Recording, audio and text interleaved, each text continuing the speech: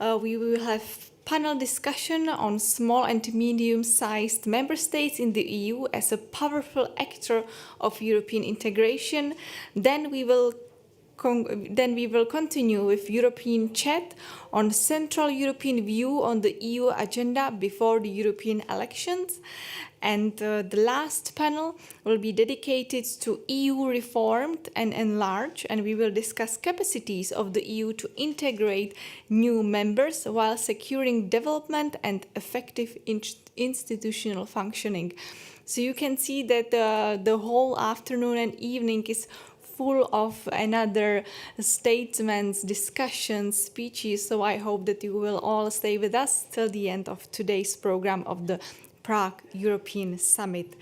As I said before, our next topic is the issue of small and medium-sized states within the EU, because as you probably noticed, in past months and years, we could see very active voices coming from medium and small states within the EU, that let's say European politics, it's not only about Germany and France and about these large states which were shaping the European integration from the beginning, but that the very constructive voice is actually coming from these smaller states. And it's my pleasure to open this panel discussion right now. We have great line of speakers, so I would like to welcome here Anders Adlercreutz, Minister for European Affairs and Ownership Steering of Finland, if he can join me here on the stage, and also Eliška Tomalová, Head of the European Studies Department at the Faculty of Social Sciences, Charles University, also Eduard Hulicius, Deputy Minister of Ministry of Foreign Affairs of the Czech Republic, and also the moderator of this event, Žiga Faktor, Deputy Director and Head of Brussels Office of European Institute for European Policy. So welcome here. I can see that the scene is ready for another discussion, so I would like to now pass the floor to the moderator, Žiga Faktor. Enjoy the discussion. Thank you, Aneta. Ladies and gentlemen, let me welcome you to today's afternoon discussion, Small and Medium-Sized Member States in the EU as a Powerful Actor of European Integration. It is my pleasure to have this discussion here with you in Czech Republic, and I would like to once again introduce you to the speakers of today's session. First and foremost, we have here with us Anders Adlercreutz, Minister for European Affairs and Ownership Steering from Finland. Thank you so much for joining us. Thank you. On the left side from Minister Adlercreutz, we have Eduard Hulicius, Deputy Minister from the Czech Ministry of Foreign Affairs. Thank you so much for being with us. Thank you for inviting me. And last but not least, on my closer left, Eliška Tomalová, Head of the European Studies Department from the Faculty of Social Sciences of the Charles University in Prague. Thank you for joining us.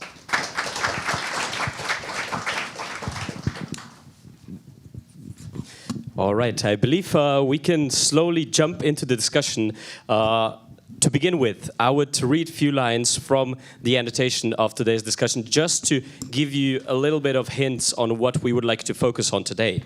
As the European Union continues to evolve and respond to contemporary challenges, the role of its small and medium-sized member states emerges as a significant and potent force in the integration process. Beyond individual member states, the strength of regional cooperation and coalitions with the EU becomes increasingly evident, fostering stronger ties and collaborative initiatives. As you can see, we will try to elaborate a bit further on the role of the small and medium-sized member states in the process of European integration. I would like to touch upon the regional cooperation and also cross-regional cooperation, and also a little bit touch upon some of the questions that are currently very loudly resonating throughout the EU, and touch upon further functioning of the European Union. So let me jump with the first opening question. from the first days of the Russian war in Ukraine. We're witnessing strong support from the EU and its member states, especially countries from the Central and Eastern Europe, but also Nordic and Baltic countries play a crucial role in this support. To start with, where would you see actually the role of smaller and medium-sized countries within the EU? And do you think that the Russian war actually changed the perception and strengthened the perception of these countries within the EU? So I would first pass the floor to Minister Adlercreutz. Yes, thank you for the question. And actually, I have never really thought about correlating your stance towards the Russian aggression, I mean Russia's invasion of Ukraine, with the size of a country. But in a way, I think when you look at the countries that have played maybe a bigger role in whatever way you want to measure it in the response towards Russia's invasion of Ukraine, then I think like one shared experience is the one of maybe having been threatened by Russia, maybe having had to fought a war with Russia, maybe having been occupied, and in that way having had to push back in one way or another. And I think that's an experience that is shared by the Baltic countries, by Finland, by many of by the Visegrad countries. So in that sense, I think it's fairly natural that there is a connection in that regard. When you are small, or when you don't have the tradition of being maybe a big European power, you maybe are more sensitive towards the bullish or the imperialistic ambitions of Russia in these times. Thank you so much. Deputy Minister Hulicius, is the perception of the threat really one of the drivers of this understanding? Probably, but your first questions on the perception of the smaller and medium-sized countries within the EU, I would express it probably differently. It's not a perception. The perception remains. All member states of the Union are supposed to be equal, or have very clear positions and rights within the Union framework. The big question or word that we need is influence.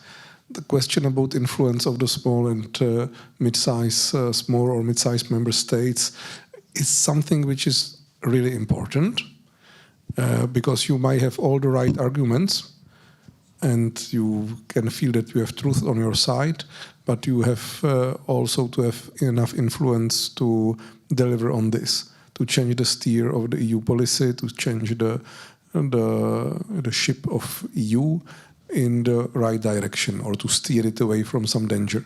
And for this influence, you need not just quality arguments, but also quality people and diplomats who deliver them, politicians who are able to work on them and deliver them, and to work in the context of Brussels, of the Brussels framework and the international relations framework. If you have all of these, so then it doesn't really matter what size the member state you represent is, because you can deliver on your point. The big question for us is, when we were right about Russia for so long time, or Nord Stream, or the risks of investments, and we haven't succeeded in persuading other member states about this, so let's ask ourselves, what should have we done better, so that next time we are successful. Thank you so much. That is a very important point to be done about the influence and the real power within EU and in Brussels. Ms. Tomalova, maybe you could elaborate a bit more on those first comments and tell us also a little bit more, because we will be celebrating the 20th anniversary of big 2004 enlargement, when Czech Republic joined the EU. What do you see also, or where do you see the role of public diplomacy and socialization within the other member states? And how can this then impact the influence of these countries? Yeah. Thank you. Well, it works now. I would like to thank my co-speakers as well for mentioning the sensitivity because I think that the notion of trust and sensitivity is a very important part in the way how we perceive ourselves. If we label ourselves as being small, medium-sized, or big, and this is a matter of a political choice as well. And this is also a very important part of public diplomacy. Thank you for mentioning that, because in our external projection, it is really crucial how we play with this notion. If we associate with the smallness rather positive attributes that may be linked to, I don't know, community method, to cooperation, to some sort of specialization in foreign policy, which could be also linked to the current situation and the situation after the Russian aggression in Ukraine, or an innovation maybe in diplomacy and different negotiating method, or if we associate in our external projection the fact of being small and maybe less influential when it comes to hard power capabilities, if we associate with that some negative elements that can harm our external image.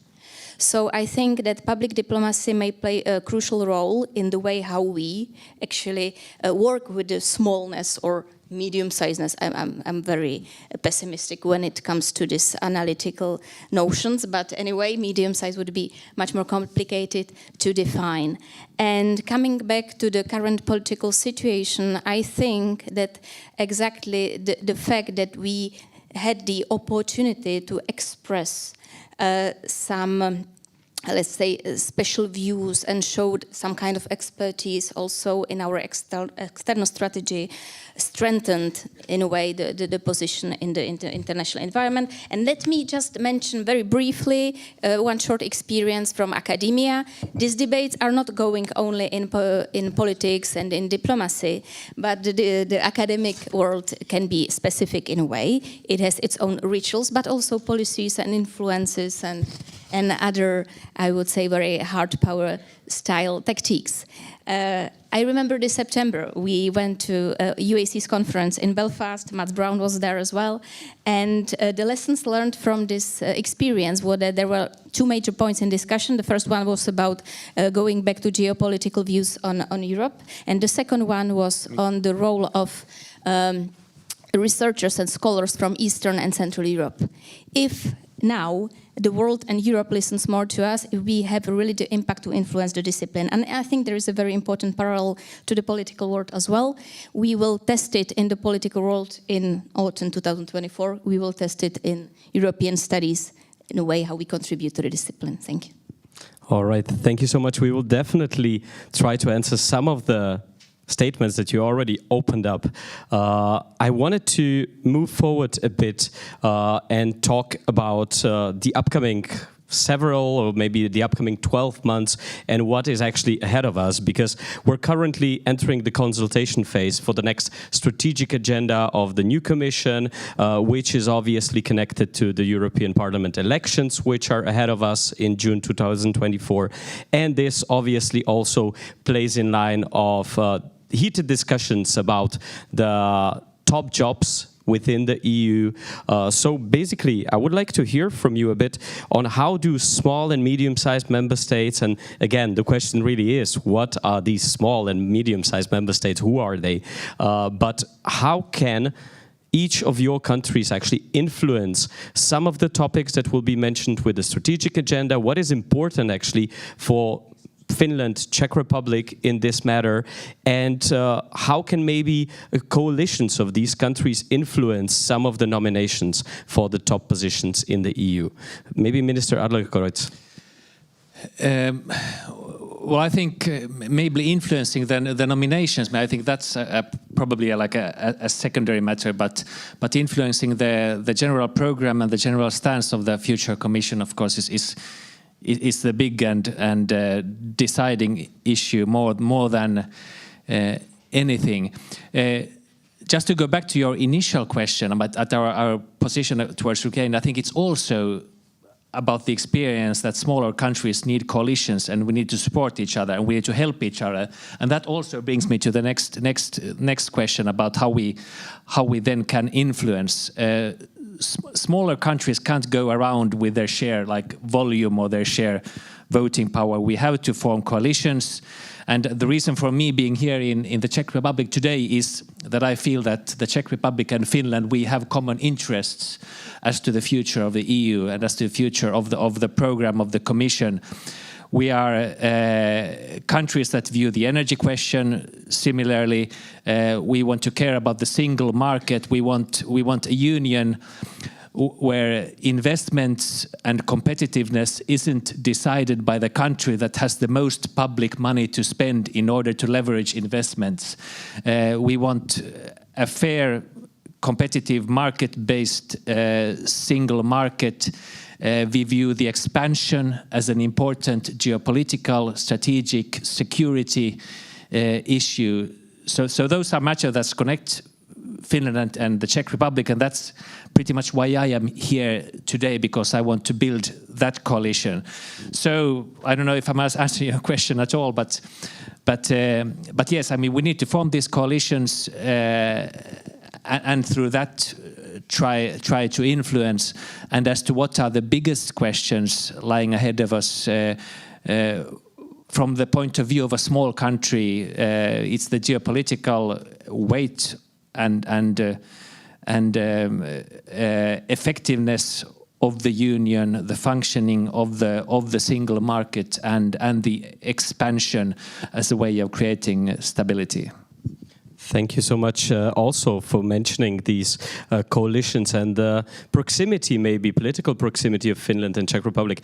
I had a look at one of our studies actually from 2020, and we were doing a study of coalitions and the votings within the council, and the name of Finland actually by surprise came up very at the top with Slovakia and with some of the countries from the Baltics. So there is a natural connection, although maybe on the highest political level it's not as seen as we might think.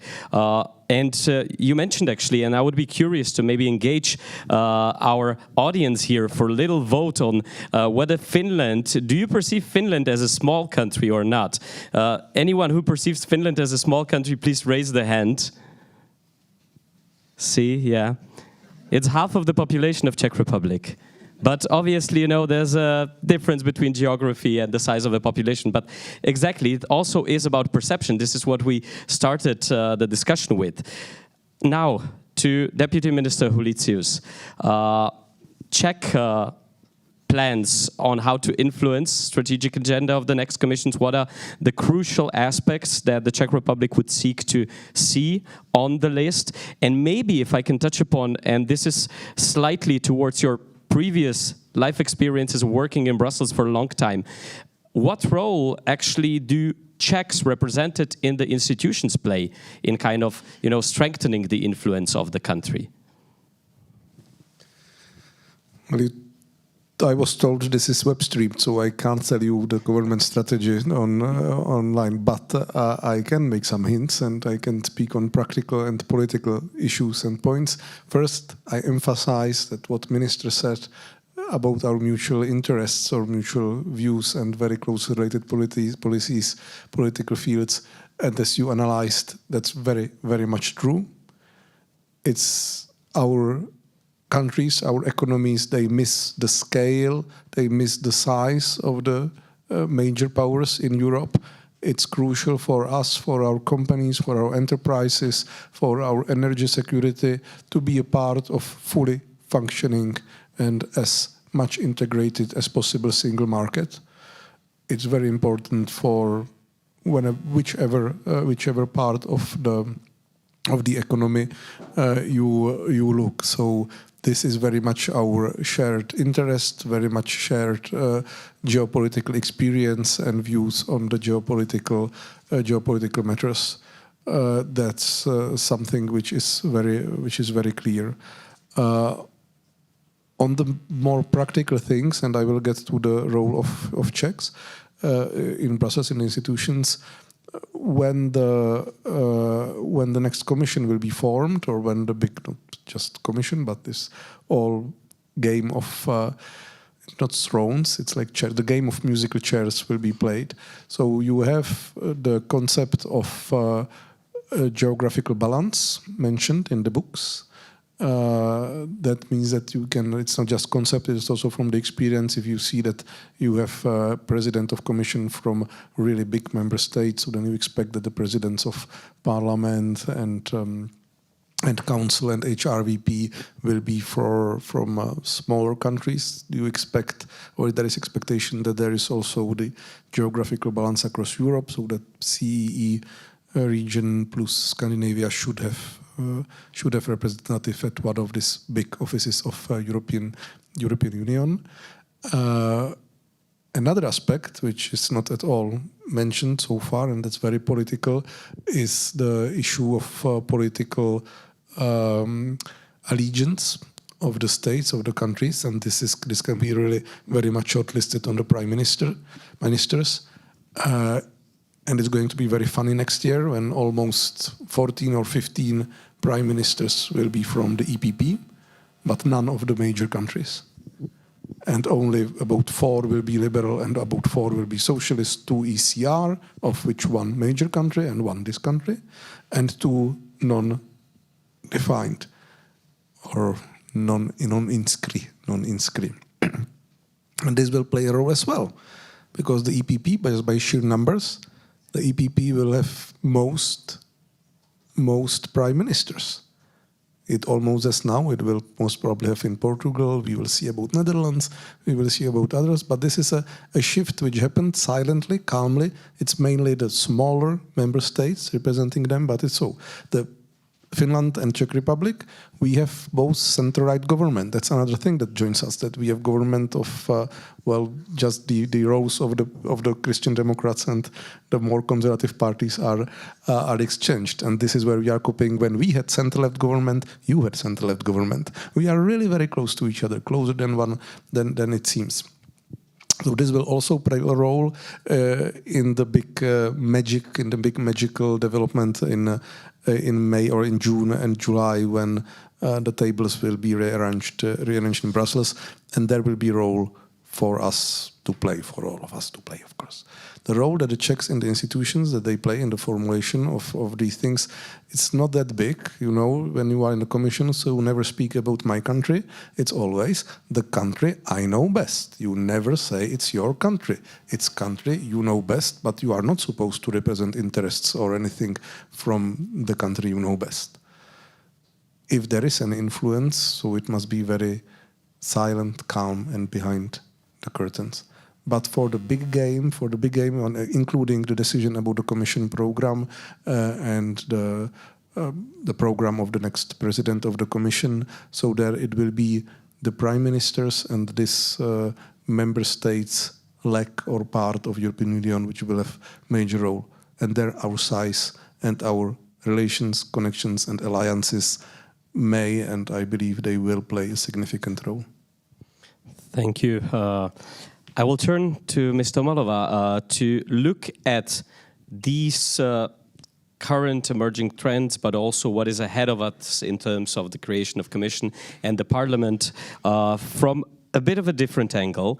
I would like to ask you actually, when we talk about building a reputation among the member states, which formal and informal tools can actually those smaller member states use, and why are some of them more efficient than the others? What can be done to actually have all of them with the same efficiency? Well, I start with the efficiency. It's a very complicated term when it comes to soft tools in diplomacy.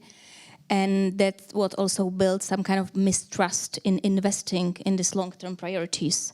So I'm afraid this is rather a negative aspect of public diplomacy and other external projection strategies and building trust with foreign audiences, because you don't have immediate result. You must be a certain enthusiast and you have to really invest mentally and materially in this area.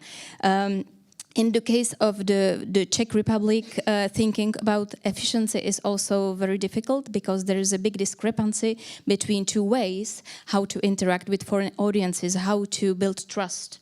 The one is promoted, I would say, more by European institutions and the External Action Service. And this is the concept of cultural relations, which is much more open, based on dialogue, and less old school than cultural diplomacy, I would say. And coming back to top jobs, I think it's also important to talk about other jobs. There is this EUNIC, the cluster of National Institute of Culture at the European level, and we have a representation there. Ondřej Černý is in the board of EUNIC, and this is the way how to actually think jointly at the EU level about the external projection, but also staying in touch with your ministry, with your cultural institute, and thinking at the national level. So this cultural relations concept that is very relevant, and after the Russian aggression on Ukraine, it has been, I would say, a dominant way how to think about these soft strategies. But there's also the cultural diplomacy concept, which may be considered as old school. It is more about the projection of national interests. And for me, it's sometimes surprising that you may find many small states in the EU who invest in this way of communication with foreign audiences. I would expect that kind of behavior be linked rather to big states, but this is not a rule. So it's maybe an exception that this rule that big states invest in the very strong and direct presentation, and smaller ones are more cooperative. So we will see what happens, and the trigger, actually, the situation in Ukraine was kind of trigger of rethinking the way how we structure the projection. Thank you. Thank you so much. Before heading on to another question, I would like to remind you that you can also ask questions through Slido. You can also just vote for the questions that already have been posted. So please do so. Please use the opportunity of the great panelists that we have with us today. And we will definitely get to the questions in the second half of the discussion. Now, when we get back to the importance of coalitions, to the importance of cooperation between the member states, obviously the most evident coalitions are the regional ones. In Czech Republic, we are part of several of these platforms, from the V4 through Slavkov, 3 Seas Initiative. We have the Nordic Group, we have the Nordic-Baltic Cooperation. Minister Adlercreutz, what, in your opinion, are maybe some of the key successes of these regional but also cross-regional cooperations when it comes to European integration?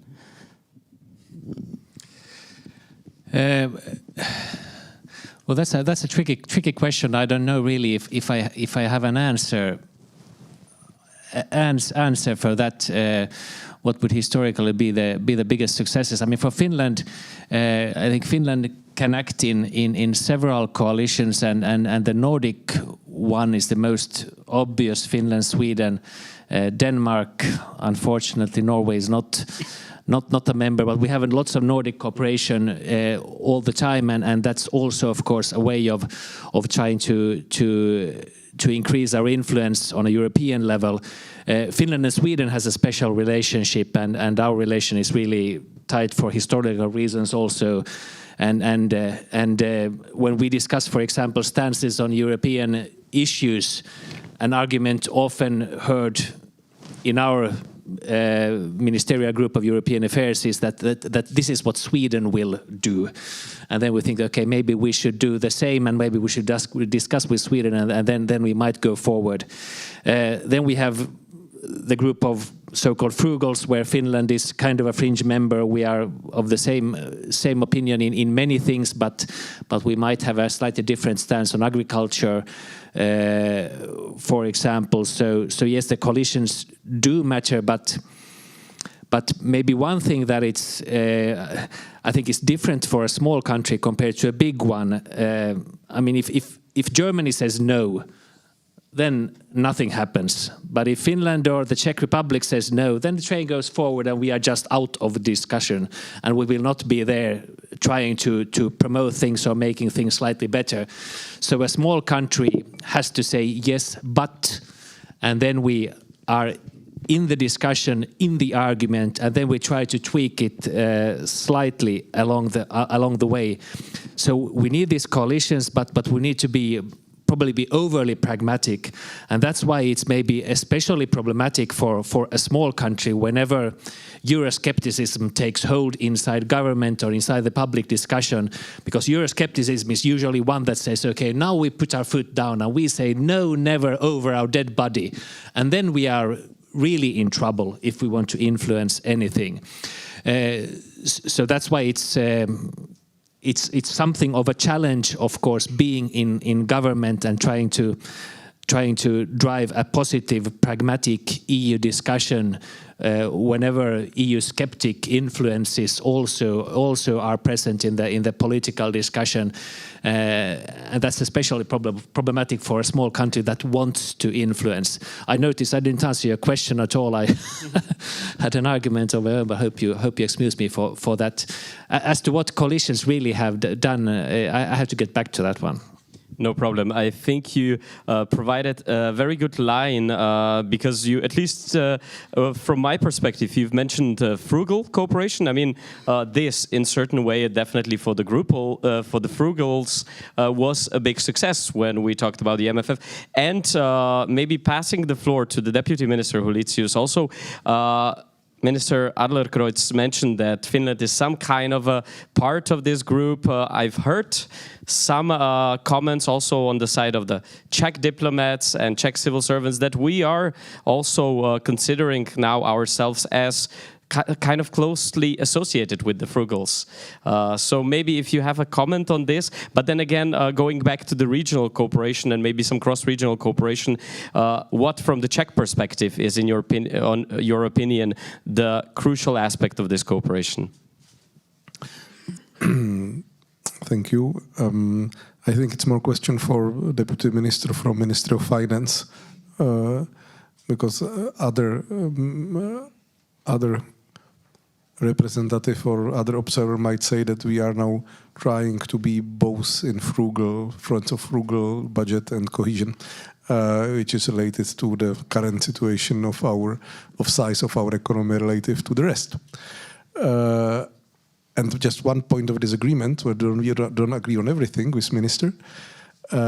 You can also overvote Germany, but it's really difficult. But it's doable. it's doable. It can happen. It happens, but it happens most on the ministerial or more technical level, less on the real high political level.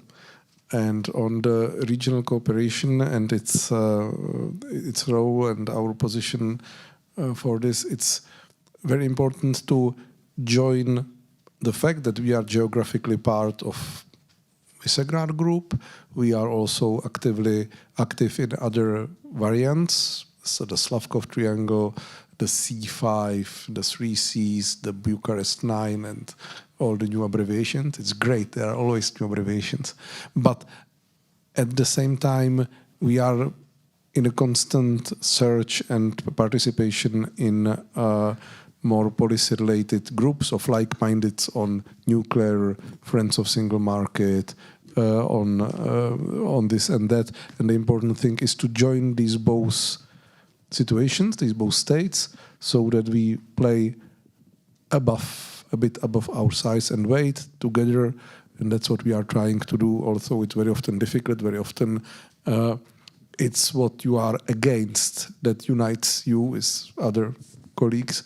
Then it's much easier than finding policies for which you are and where you build a positive alliance with some positive goals and targets. Thank you. That is definitely a fact we see very often, especially in Brussels. Ms. Tomalova, maybe, and there was also a reaction from Minister Adler.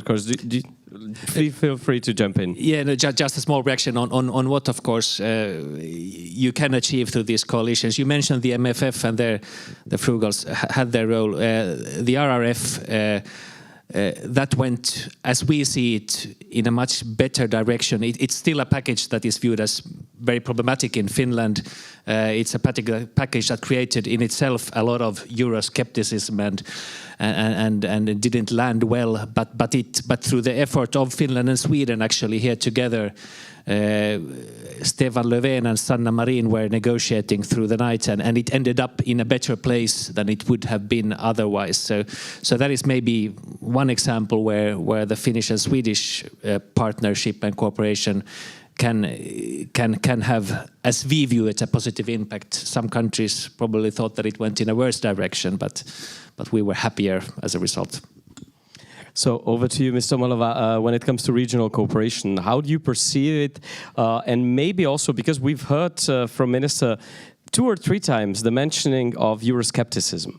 Czech Republic is among the most eurosceptic countries. So considering this idea of making some of the policies very difficult to sell to its citizens who are very eurosceptic, how can Czech Republic actually move forward on this? Well, coming from the university, I believe in education. I think it's a big topic for Finland too. This is actually very interesting.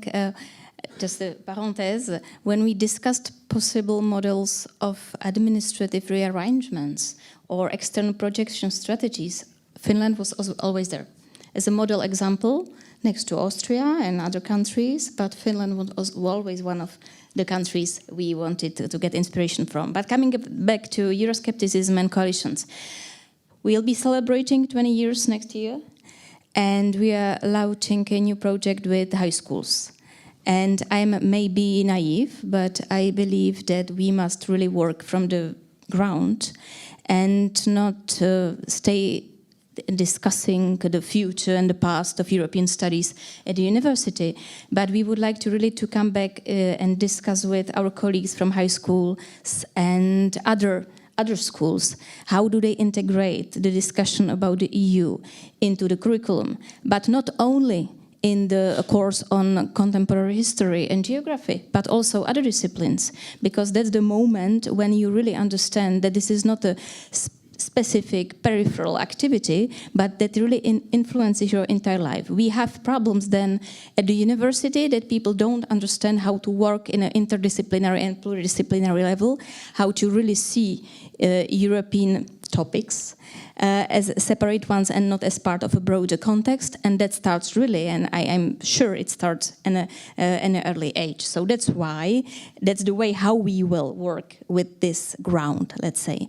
When it comes to coalitions, it's clear that they are less regional and much more topical, which is the case in symmetric and asymmetric relations.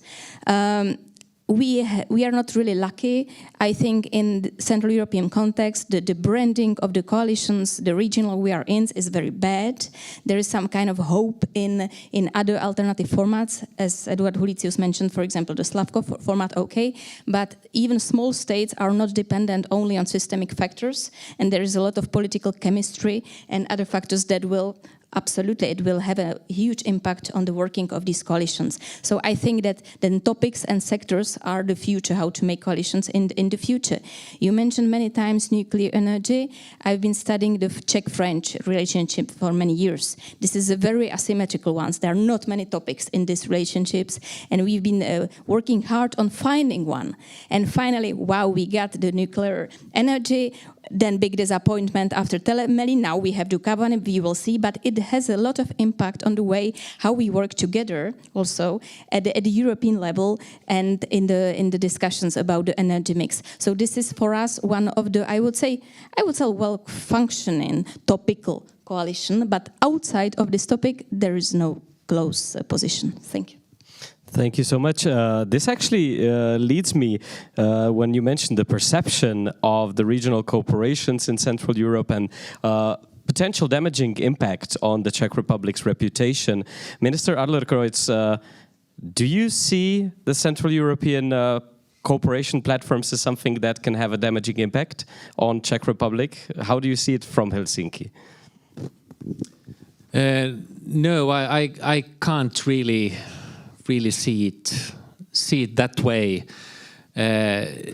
No, I mean, I think I think it's clear that regional, I mean, geographic positions, they do matter. I think you can't go around that. And then, of course, there are still within those coalition political differences.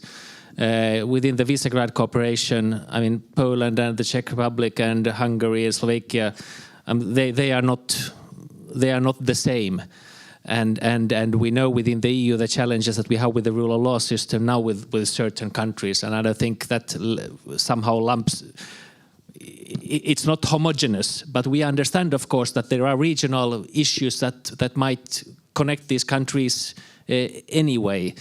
So in that sense, I really wouldn't think of it as a reputation thing in any way.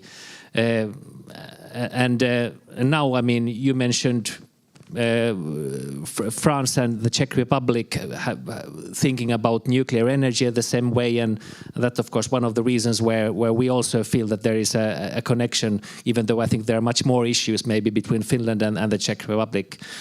I think it's a natural part of EU cooperation that there are different coalitions that work on different levels and different issues connect, and of course the regional ones have their value because when you live in the same region you automatically have a lot of practical concerns that you share, and you have practical issues that you have to take care of, like in a very pragmatic way, even though there might be political differences. Thank you for the honesty, and forgive me the provocative question of regional issues that we're facing here within the EU. Maybe if I pass the floor to Deputy Minister Holicius, when it comes to the topical cooperations between not only Czech Republic and Finland, but between those regions, Central Europe, Nordics, apart from energy, is there any topics that you feel like are very important for both sides, and where can we actually strengthen the cooperation? I'm sure it's security. It's the security and defense policy. It's interesting that very soon, hopefully, we will be all in one alliance. But as concerns EU, I think we can be very close on a common security policy. Maybe not so close on common foreign policy, but that's one topic. The energy was mentioned. Definitely the interest in the single trade. I think for a couple of last years we didn't have any strong impetus. Of course, we had the shock, the double shock of COVID and the war. One keeps forgetting one or another all the time. But this made issues. This was a bit problematic, or is still problematic, for the efficient working of single market. So this is something we both have interest in clarifying and clearing up and furthering. Minister Adlercreutz, would you like to add any of those topics, or did Deputy Minister hit the nail? No, I think, the single market, the working of the single market, I think that's probably the singlest. Of course, we have the war, we have the expansion, but when you think about the functioning of the union, a functioning single market is probably the biggest concern of Finland. As of now, we are lazily letting us somehow self into a reality where we believe that we are a bunch of nation states that compete against each other and leverage investments through abundant state aid and somehow not realizing that through that we erode the basis of the union, the single thing that makes it a powerful actor globally. The fact that we should not be 27 different countries with different sets of rules, but we should be. We are the biggest single market in the world, and that is precisely our strength. And all actions that somehow divide the market or create competitive inequality is by default a bad thing for the union. So that's a really big concern for us. All right, thank you so much. Ms. Tomalova, would you like to also add anything on the topics which have the countries or the regions in common, or do we move? All right. Minister Adlercreutz actually guided us to the questions of what the future Europe will look like, where we do expect some deepening of the integration, and what does actually this mean on a broader scale. When it comes to unity and the effectiveness of the Union, these two questions are very often used in contrast to one another. Sometimes seeking for unanimity is very difficult. Sometimes the EU is not as efficient and as active as it could be. And of course, this leads us to the voting processes in the Council. So I don't want to dig too deep into the questions of the reforms of the Union, because we will have another panel specifically dedicated to this. But there is a lot of questions actually around type of differentiated integration, more flexible integration of certain member states in terms of the EU not moving forward as a union, but some of the coalitions of willing integrating deeper, be it inside or outside of the EU framework. There's the proposal of the Franco-German group of these concentric cycles. There's a proposal of the French of this à la carte membership. We also have the idea of the Portuguese with this house of various rooms. So there's a lot of questions now circulating around where does this lead us, and obviously there is a push for certain member states to move the Union forward, to deepen the integration, to go into the policies where there is no unified structure, such as the health, such as the education, social policy.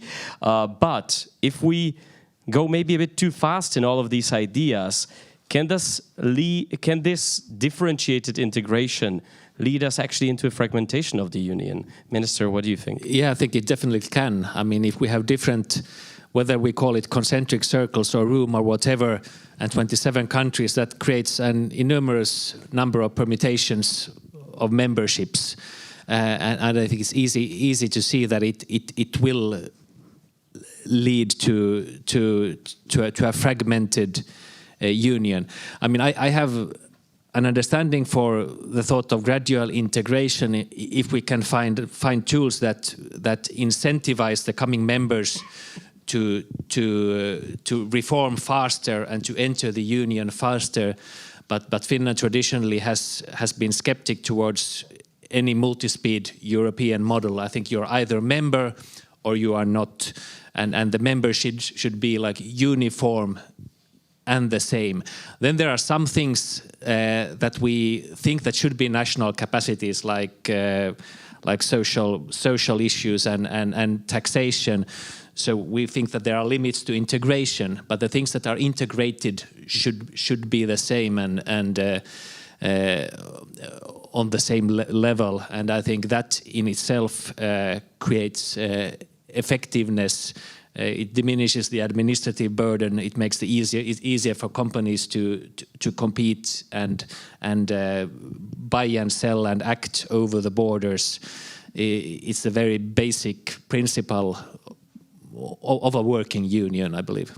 All right, so you basically see the single market, obviously the fundamentals, the rule of law, and potentially the common understanding of what our foreign policy is as the backbone of everything. Yes, and then of course, as to the foreign policy, if we go into the QMV discussion, I think there are certain things where we should be more effective in making decisions, and the Finnish position has been that issues related to foreign and security policy should be under the QMV umbrella, because I mean those are matters of the union as a whole, and shouldn't be subject to the horse trading that otherwise happens. We know how difficult it has been to some extent to agree on the help to Ukraine and on the sanctions regime, for example. Thank you so much. Deputy Minister, do you see differentiated integration as something that could cause actually fragmentation of the unity within the Union? In theory, yes. It's clear. On looking as a conservative or looking a bit more conservative on the situation which we have now, so let's be honest, we have a fragmented union. we have different, not circles, but different stages of integration among the member states. And it's something that exists. You don't need to talk about it. You don't need to institutionalize or make a permanent structure of this. You shouldn't. The Union is aiming for a better integration, and the aims and targets are pretty clear from the beginning of the integration. However, you shouldn't open. So let's keep things as they are, probably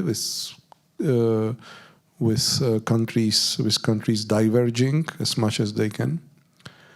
And there is another difference with Finland. I'm sorry, especially as concerns the common foreign policy, because there EU needs to speak with one voice, with one position. So we are of a position that we should keep the unanimity there. To strive, it's difficult. It's difficult. It's unpleasant very often. It's limiting sometimes things. But once we have behind us the difficult internal discussion before reaching the unanimity or anything, so then we are acting outside much stronger. Then we are really presenting the positions together as much as we can. So, all right. A small difference. If I can also ask one provocative question, we already had one here. Yesterday there was some heated questions and some heated comments about Mr. Josep Borrell, High Representative of the foreign and security policy of the EU. And there was some comments which basically stated that his role is also somehow diminishing the impact and the unity within the EU. So do you think that potentially in the future having a High Representative from Central Europe, Nordic, Baltic states could strengthen the unity when it comes to the foreign and security questions? Or is it not a national? No, without personalizing this and without going into the personal matters or issues or any candidates, my belief is that, for the functioning of the institutions and for in the long-term perspective, so of course they are democratic institutions, so there is a need of a change. So far, the head of EEAS, never was from a small or mid-sized country, and never was from outside of socialist family. It has to change. It's not an imperative, but of course the logic means the logic of gradual exchange in democracy and in democratic institutions means that this will change, and we will see if the positions or views of EAS will change. What I'm sure is that it will strengthen the common policy because it will be more diverse, or it will show more diversity. Only our human problem is that we want to see the change and everything immediately, but here you have to be thinking in the 5-year terms, in the 5-year mandates schedule. So let's be a bit more patient about this. All right, thank you so much. Ms. Tomalova, from your academic perspective, when it comes to the questions of European integration, where does Europe strive to be in the upcoming 5-10 years? We've opened the question of this differentiated integration. How do you perceive these questions and these comments that also the Minister and Deputy Minister had on? Thank you. This morning, I read a study led by Timothy Garton-Ash, a very interesting one about the fragmentation. And I've been thinking about the fragmentation as a general phenomenon. I don't want to divert completely the discussion to the global context, but thinking about the possibilities we have as citizens. People tend today to have a more fragmented choices in general, and it seems to be, according to this study which was global.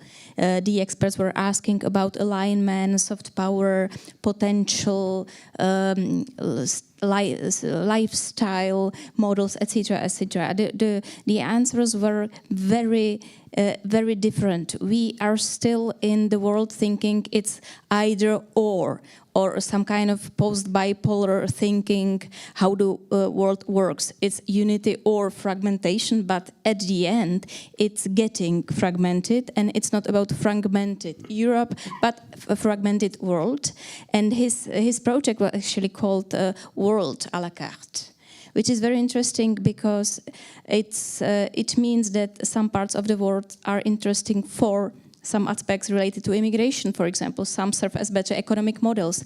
And these tools and these elements are not always linked to partnerships and coalitions. So the same coming back to Europe, of course, it will lead to a certain fragmentations, but we have no idea how Europe will be governed in the future. At this moment, we will see in autumn, and we will see if this fragmentation, as that's the big question, is centered around policy sectors that we mentioned, or it will have important policy and institutional impact concerning the rethinking of the treaties, as suggests, for example, the Group of the 12. So we will see. There are not many initiatives concerning now the fragmentation coming to small states. I would say there's only this Portuguese idea of a house with different rooms, right? So I'm wondering if we have alternatives as well. Minister Adlercreutz. Yes, I think, you can agree that, of course, we have, to some extent, we have countries within the euro and outside, and countries within the Schengen and outside. But even so, if you think about, the big challenge that the EU faces, this has been a geopolitical commission in a way. When you look at the competitiveness, competition between Europe, the EU, and China, to maybe a lesser extent between the EU and the US, and I think on that scale, inner fragmentation becomes a bigger problem. And we can think that we can have a functioning union, we can go along, there may be ways of handling it, but if we want to be competitiveness, I think every step of fragmentation, if it doesn't then, through some other mechanism, lead to maybe a greater acceptability and somehow psychological cohesion or whatever that then might give other benefits, I think it would be problematic. Thank you so much. We have around 20 minutes left, not even, and therefore I would proceed with asking some of the questions from the audience. We've received quite a few. Some of them are directed to the questions of enlargement, and if I am allowed to, I would leave these for the panel that will follow up a bit later on. But let me start with a question of one directed to Minister Adlercreutz. For small countries, a coherent foreign policy based on consensus is crucial. How do you manage that? What about the role of the Finns party? In Finland we have a diverse political spectrum. We have 9 parties in government. I think one of the strengths of the Finnish political system is that we have a tradition of coalitions. Every party knows that your foe this term might be your friend the next one, and vice versa. So we have to keep our bridges intact to some extent. We were part of a centre-left coalition the previous term, and now we are part of a centre-right coalition with the Finns party. And of course, there are ideological differences now as there were in the past term. But actually, foreign policy is one thing where there is very little diversity inside Finland. Foreign policy is viewed as, it's a political question just as any, but people view it differently. So we really do not want to argue about foreign policy and really try to seek a consensus. before the war in Ukraine, before Russia attacked Ukraine, the support for NATO was around 20% in Finland, and it was a fairly contended political issue. Right after the invasion, a few months into the year 22, it went over 50%, and now it's hovering around 80%. And when we had a vote in Parliament, out of 200 parliamentarians, if I remember correctly, 6 or 7 voted against. That's just a picture to show that a thing that was, in a way, very ideological, people viewed it extremely pragmatically and somehow thought that in these foreign policy issues, national unity is of special importance. So we might, within the government and between the parties, we might have serious difference of opinion in lots of fields, lots of policy fields. But when it comes to security and foreign policy, there is a very, very strong tradition of trying to form a consensus and then align accordingly. I mean, stick to it also towards the exterior and in public. So strangely enough, the tradition is. I mean, I think it's a sound tradition. Thank you. I would pose another question. What do the panel think about the nimbleness of smaller member states, shorter decision-making lines? Can it make them actually ultimately more effective in negotiations? I don't know if maybe Ms. Tomalova, do you want to answer the question at first, and I can pass the floor later on also to Deputy Minister. He was also slightly nodding. I think the audience is interested in the nice behind-the-scenes negotiation techniques. No, the question is about the capacity to negotiate the different techniques for small states, right? Yeah, if but I get it well, also kind of a faster pace due to its smallerness, maybe. Well, there are different studies on that.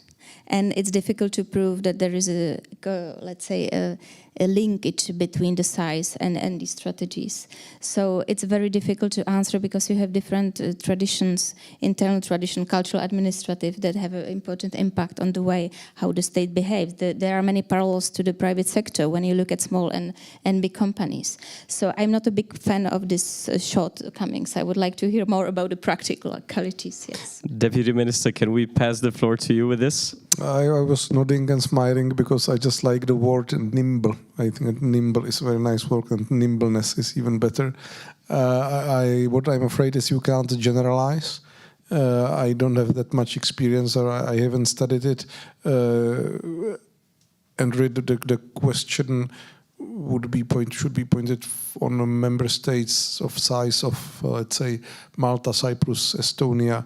Estonia are those around 1 million inhabitants, or the Baltics, because otherwise when we have large or larger mid-sized states, so even though they are smaller, but the structures are same or similar, the number of ministers, deputy ministers, director generals, directorates, and so on. So all the processes tend to last approximately the same time. It doesn't, the size doesn't matter when the structure is the same and similar, and it depends on as the professor said, on the internal organization, on the need to consult sub-regional, regional fora. It's unfortunately you cannot say it, you cannot generalize also.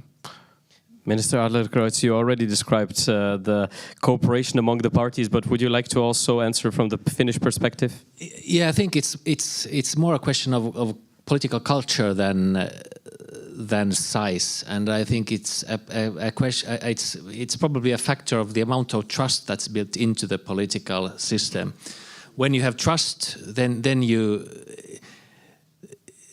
also give flexibility, and then you somehow believe that whoever or whatever group is negotiating, they have the general understanding and are allowed to use the flexibility that might be built into the official stance given to, or the official mandate given to them. So So it's more a question, yes, of culture and trust than size.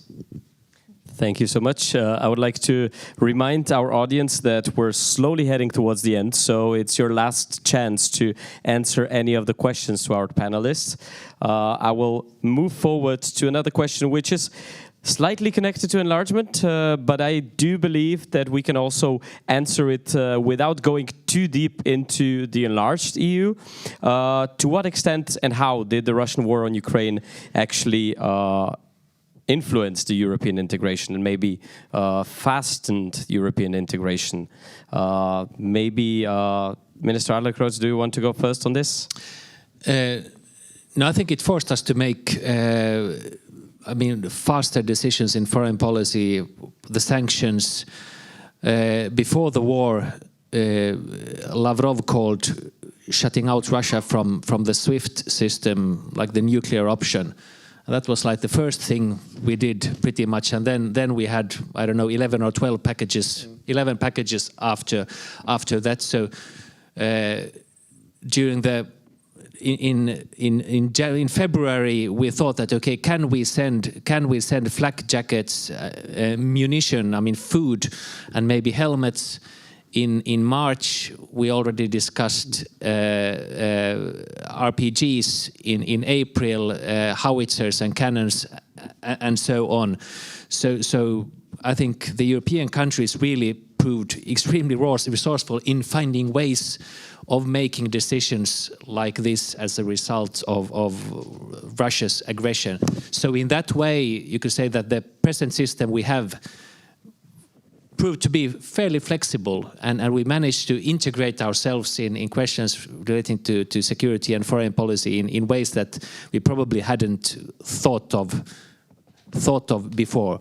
Then, of course, another result is that we are now talking about the expansion of the Union, taking new members, and that is just as the Finnish and Swedish NATO membership. That's just a pure function of Putin's crazy war on Ukraine. We realize that even though the EU isn't really a security union in the sense that NATO, for example, is as a military alliance, being a member has its security benefits and creates stability, and that's why now the expansion, which in a way is a function of the integration, is going forward. So yes, we did learn things. Deputy Minister, how did the Russian war in Ukraine fastened or moved European integration? I would say moved, not fast, not going faster yet so far. The last couple of big crises, the economic crisis, migrant crisis, the COVID, so there you could see almost immediately or the effects on legislation, ways how things are managed, the banking union, financial union, and so on, the healthcare cooperation, also sooner or later migration package going to be adopted. Here, because this crisis, the war that Russia has brought on the world and on Ukraine, and on all of us, it's so crucial, it's so important that we really have become, as Minister said, very flexible in using the existing system or within the existing limits given by the integration, by the rules, by the union rules and so on. And we are working 100% and a bit more on what's possible. And we don't have time. There is no time to look into how to strengthen the integration, also structurally, also to see how to go further on the foreign or defense policy yet.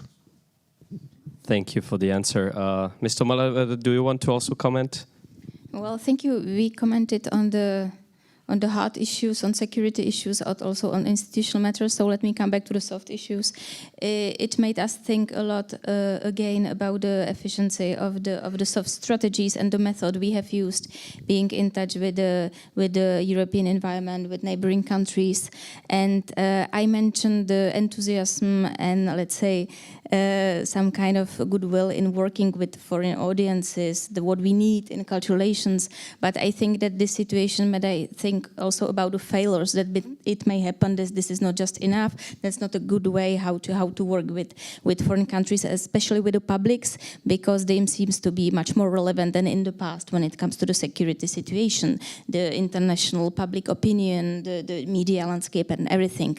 So that's the same lessons we learned in European studies. It brings me back to the very start of the discussion, that there is a push for, let's say, listening also the outside perspective on the discipline in Europe, not being very centralist and closed in our perception, but also be active in the dialogue with the other experts, like looking at how different African experts would like to see the development of European studies. For us, it was a new topic, especially in Central Europe, because we think that we are those whose opinion was neglected, but we are also those who are contributing to the shaping of knowledge in this area. So I think that the situation, the crisis, changed the way on thinking about the efficiency to working with these external perceptions with the foreign audiences. Thank you. Thank you. Slowly heading towards the end. I've went through the questions, or some of the comments rather, so I will skip the comments. Forgive me for that. We have another quite interesting question associated to the consensus seeking. Obviously, we see the Union as a place where we have this culture of consensus. We always try to achieve consensus. And when we have policies where we vote on the qualified majority, there are countries that can remain unhappy, as the question says. How do we converge state views in that regard? And it leads me to a broader question of how do we change this culture maybe in the future if we're moving forward to avoid frustration? Because there's the technical aspect of changing the voting procedures, but then there's also the cultural aspect of if we change the processes without anything else, we will have a huge chaos in the Union. So how do we actually converge the state views? How do we converge maybe slightly this culture that we have in the Council to actually make maybe some of the decisions more flexible and more, let's say, effective? Minister Adlercreutz, do you want to? Yeah, I think it's a question of a culture and perception. But if you think about national governments, we make majority decisions and the nation keeps on functioning, even if there is a minority that is probably not content. If you now have national positions that then are not adopted in the Council on a European level, there will probably still be parties on a national level think that this was a good decision, even though the government stance might be against it. So I mean, I can understand, I mean, the thought of this being creating discontent, but then again, I mean, the nations, they are not, I mean, they are not uniform. They are also comprised of different opinions. So in that sense, I think it's maybe more of a mindset thing than anything else. But that being said, of course, I mean, Finland's position when we think about qualified majority voting is that it should be restricted to certain areas, and I think that is probably the sound way of trying to go forward. But just as a general thing, I think it's more of a question of our mindset. How do we view EU level decisions? We maybe then should somehow change our perception of what they really mean and our position and our stance as nations versus individuals or parties. I think also the question actually reflects not changing any kind of processes, but it more of that focuses on this idea of the countries that are outvoted being very unhappy with it. So how to kind of change this understanding through the democratic processes that we have adopted within the EU. Deputy Minister Hulicius, how to change this perception when the country is outvoted, not to make too much political fuss of it? I think it's much worse, and you are not asking the right question. And I like very much the title of minister, that he's also minister for ownership. Because the real problem isn't about these fictional states not being happy when they are outvoted. It's not about the state, it's not a person, and there's no emotion, it's not happy or unhappy. The problem is with a state which is at the part of the qualified majority, of a state which is on the side of those winning, if you say so, and whose government then doesn't defend the thing they agreed on in their member state, and whose government or parties which are in government don't defend the decision they made in Brussels, even when they are not in government anymore. The ownership. For me, many people speak about the European problem number one being democratic deficit. I think that the democracy it works rather well in Brussels or in the structure which exists.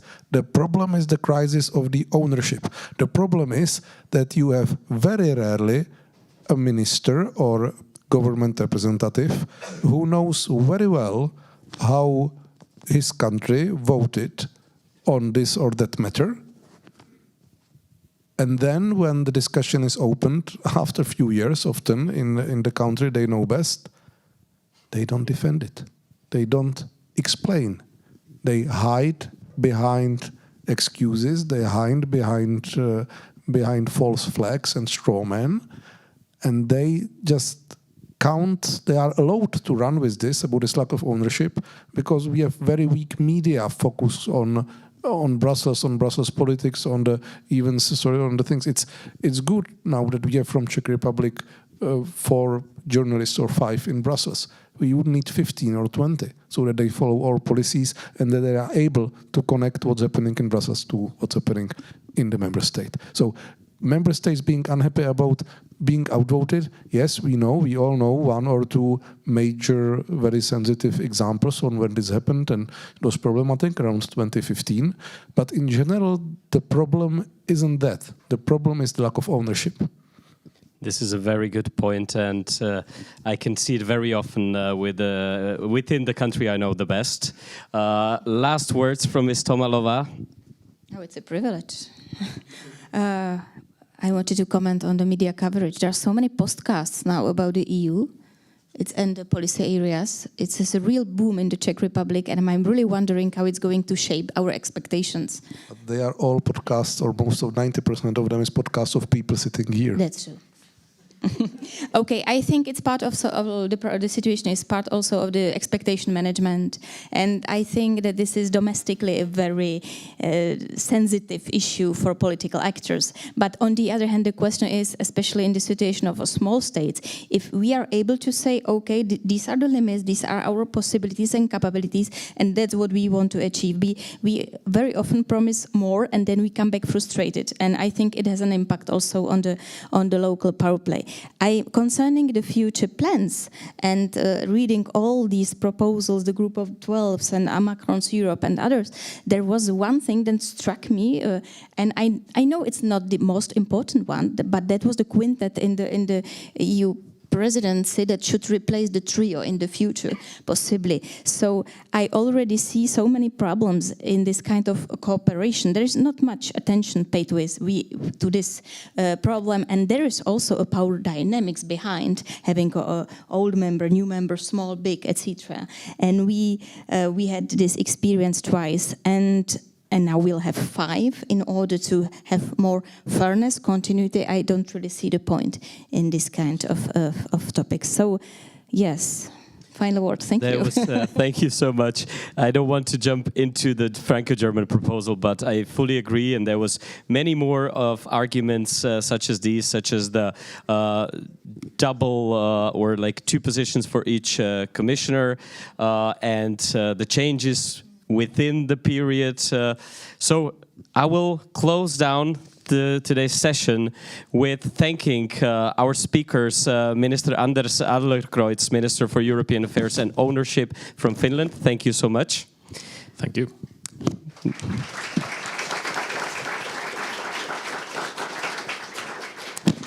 Eduard Hulicius, Deputy Minister, Ministry of Foreign Affairs of the Czech Republic. Thank you. Děkuji pěkně. And last but not least, Eliška Tomalová, Head of the European Studies Department at the Faculty of Social Sciences of Charles University in Prague. Thank you. Thank you.